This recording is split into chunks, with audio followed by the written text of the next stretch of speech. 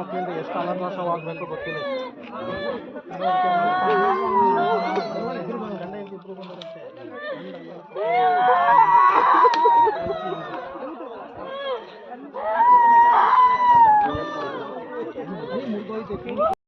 ಇವಾಗ ನೀವು ಹೇಳ್ತಾ ಇದ್ದೀರಾ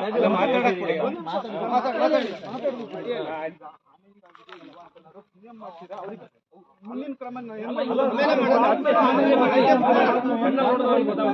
ಗೊತ್ತಾಗಿದೆ, ಕನ್ಫರ್ಮೇ ಆಗಿದೆ.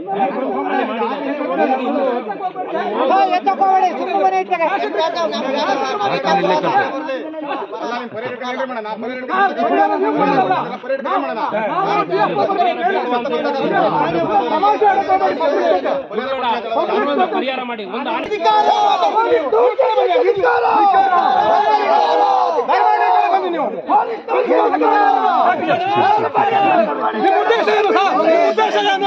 ಆನೆ ಅವಳಿ ಅನ್ನೋಂಥದ್ದು ಮಿತಿಮೀರಿ ಹೋಗಿದೆ.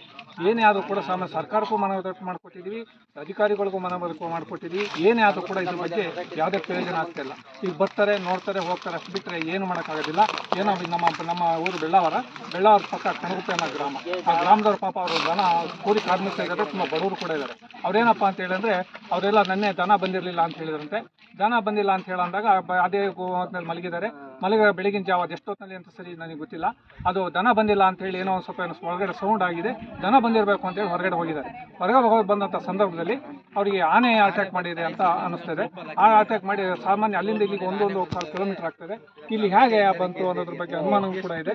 ಅದ್ರ ಬಗ್ಗೆ ಸೂಕ್ತ ತನಿಖೆ ಆಗಬೇಕು. ಅದು ಸಂಬಂಧಪಟ್ಟಂಥ DF ಅವರು ಬರಬೇಕು, ಸಂಬಂಧಪಟ್ಟ DC ಅವರು ಬರಬೇಕು, ಅದು ನಮ್ಮ ಉಸ್ತುವಾರಿ ಮಂತ್ರಿಗಳು ಕೂಡ ಬರಬೇಕು, ಇದರಲ್ಲಿ ಅರಣ್ಯ ಮಂತ್ರಿಗಳು ಕೂಡ ಬರಬೇಕು. ಆ ಬರೋವರೆಗೂ ನಾವು ಬಾಡಿನ ಇಲ್ಲಿ ಎತ್ತಕ್ಕೆ ನಾವು ಬಿಡೋದಿಲ್ಲ. ಹಾಗಾಗಿ ಇಲ್ಲಿ ನಮ್ಮ ಸ್ಥಳೀಯ ಅಧಿಕಾರಿಗಳು ಅದು ಎತ್ತಕ್ಕೆ ಪ್ರಯತ್ನ ಪಡ್ತಾ ಇದ್ದಾರೆ. ಅದು ಯಾವುದೇ ಕಾರಣಕ್ಕೂ ನಾವು ಎತ್ತಕ್ಕೆ ಬಿಡೋದಿಲ್ಲ.